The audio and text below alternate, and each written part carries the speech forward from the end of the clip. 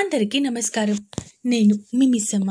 స్టోరీలోకి వెళ్ళే ముందు ఇంకా ఎవరైనా మన ఛానల్ని సబ్స్క్రైబ్ చేసుకొని ఉండకపోతే ఇప్పుడే సబ్స్క్రైబ్ చేసుకొని పక్కనే ఉన్న బెల్ ఐకాన్ ఆల్లో పెట్టుకుంటారు అని కోరుకుంటున్నాను. ఇక లేట్ చేయకుండా మన స్టోరీలోకి వెళ్ళిపోదామా? నా రాక్షసుడు ఎపిసోడ్ 60. విక్కీ, నువ్వు తండ్రివి కాబోతున్నావా నాన్న?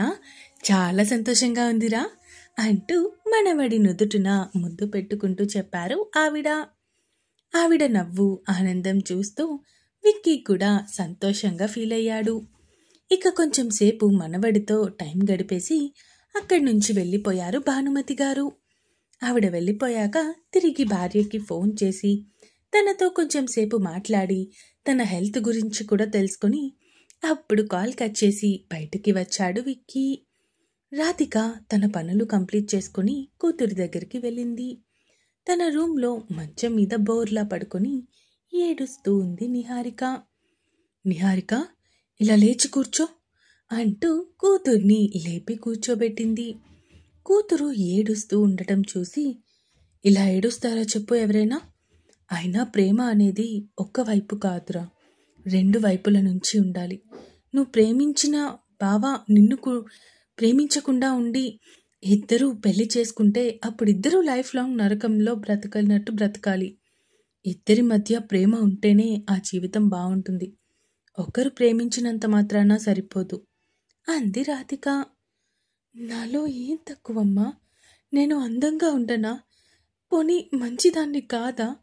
ఎందుకు బావ నన్ను పెళ్లి చేసుకోకుండా ఇంకొక అమ్మాయిని పెళ్లి చేసుకున్నాడు?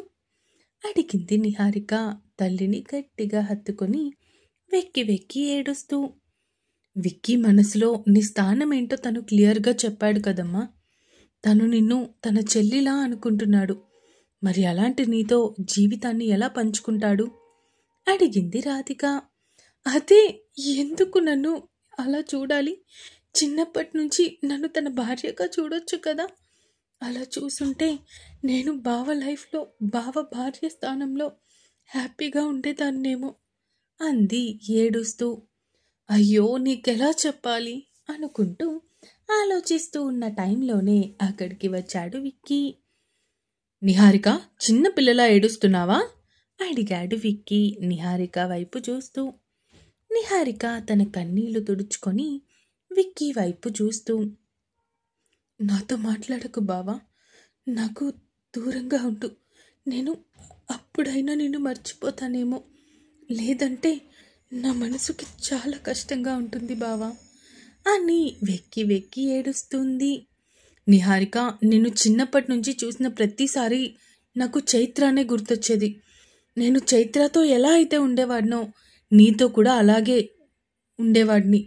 కానీ అసలు నీ మనసులో నా మీద ప్రేమ అనే కాన్సెప్ట్ ఎలా వచ్చిందో నాకు ఇప్పటికీ అర్థం కావట్లేదు. నిజం చెప్తున్నాను నిహారిక, నీ మనసులో ఒకవేళ నా మీద ప్రేమ కలిగేలాగా నేను ఎప్పుడైనా బిహేవ్ చేసి ఉంటే ఐఎమ్ రియలీ సారీ. నా ఉద్దేశం అది కాదురా. అయినా నీకు ఒక మంచి అబ్బాయిని చూసి నేనే పెళ్లి చేస్తాను. నువ్వు లైఫ్లో హ్యాపీగా ఉండటమే నాకు కావాలి అన్నాడు విక్కీ. అలా అయితే తను నిన్ను పెళ్లి చేసుకుంటేనే హ్యాపీగా ఉంటుంది అంటూ వినిపించింది వర్మగారి స్వరం. వెనక్కి తిరిగిన విక్కీకి అక్కడ తమనే చూస్తూ ఉన్న వర్మగారు కనిపించారు. అలా ఎలా మాట్లాడుతున్నారు తాతయ్య? నాకు పెళ్లి జరిగింది, ఆ విషయం గుర్తులేదా? అడిగాడు విక్కీ ఆవేశంగా. మర్చిపోయే అంత చిన్న విషయం అయితే కాదులే విక్కీ, అది చాలా పెద్ద విషయమే. మర్చిపోదాం అనుకున్నా కూడా మర్చిపోలేని విషయం. సో మేము మర్చిపోతాము అని నువ్వు అనుకోకు అన్నాడు పక్కనే ఉన్న సత్య. విక్కీ సత్య వైపు అసహనంగా చూస్తూ, అయినా దీని మనసులో లేనిపోని ఆలోచనలు క్రియేట్ చేసింది మీరే అని నాకు బాగా తెలుసు. ఇప్పుడు మీరింకా దీని పుండు మీద కారం చల్లాలి అని చూస్తున్నారా? లేదా దీని అమాయకత్వాన్ని మంచితనాన్ని కూడా మీలాగా క్రూరత్వంగా మార్చాలి అని చూస్తున్నారా? ఒకవేళ అదే గాని జరిగితే నాలోని అసలైన రాక్షసుడిని చూస్తారు అన్నాడు విక్కీ కోపంగా. Vicky, for your kind information, ఇంకొన్ని రోజుల్లో సారీ గంటల్లో నీ పెళ్ళం చచ్చిపోబోతుంది అన్నాడు సత్య. ఆ మాటలు విన్న విక్కీ, రాధికతో పాటు నిహారిక కూడా కొంచెం షాక్ అయింది. సత్య, నా వృషాలికి ఏమైనా జరిగితే ఆ మరుక్షణం ఈ ఇంట్లో కూడా కొన్ని పదుల సంఖ్యలో శవాలు లేస్తాయి. అది అర్థమవుతుందా? అక్కడ నా భార్య సేఫ్గా ఉన్నంత వరకే ఇక్కడ మీ ప్రాణాలు కూడా సేఫ్గా ఉంటాయి. తనకేమైనా అయితే ఆ మరుక్షణం మీ అందరి చావుని నేనే రాస్తాను అంటూ కోపంగా అరిచి చెప్పి అక్కడి నుంచి వెళ్ళిపోయాడు విక్కీ. కొడుకు చెయ్యి పట్టుకొని కోపంగా అక్కడి నుంచి బయటికి తీసుకొచ్చారు వర్మగారు. అమ్మా, డాడీ ఏం మాట్లాడుతున్నారు? బావ భార్యని చంపేస్తారా? తను ఈ ఇంటి మనిషే కదా, డాడీకి వరుసకి కూతురవుతుంది అంటే ఇక్కడ నిహారిక ఉద్దేశం విక్కీ భార్యగా మాత్రమే. తనకి వృషాలి కన్న తండ్రి సత్య అన్న విషయం తెలీదు.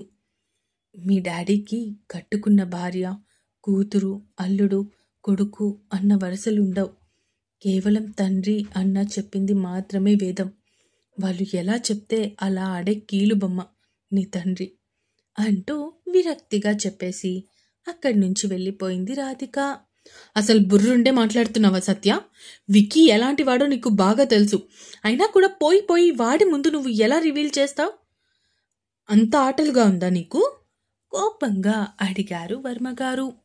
మర్చిపోయాను నాన్న, ఏదో ఆవేశంలో అలా నోట్లో నుంచి వచ్చేసింది అన్నాడు సత్య. ఇప్పుడు ప్లాన్ మార్చాలి. ఖచ్చితంగా విక్కీ వాడి పెళ్ళాన్ని కాపాడుకోవడానికి ఏదో ఒక ప్లాన్ ఆలోచించే ఉంటాడు.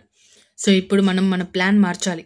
ముందు మన మనుషులకి ఫోన్ చేసి అనన్య ఆ వృషాలి దగ్గరికి వెళ్లేలోపే ముందే తనని చంపేమని ఆ వృషాలిని చంపే ప్లాన్ ఇప్పటికీ పోస్ట్పోన్ చేయి అంటూ చెప్పడంతో సత్య తన మనుషులకి ఫోన్ చేసి తండ్రి చెప్పిన ప్లాన్ చెప్పాడు. సార్, అలాగైతే ఆ అనన్య ఇప్పుడే ఇంకా ఎయిర్పోర్ట్కి వెళ్తుంది. ఇక్కడే చంపేయమంటారా? రేయ్, ఎయిర్పోర్ట్లో చంపితే చాలా రిస్క్. అది ఇండియాలో అడుగు పెట్టిన మరుక్షణం దాని ఊపిరి ఆగిపోవాలి అన్నాడు సత్య.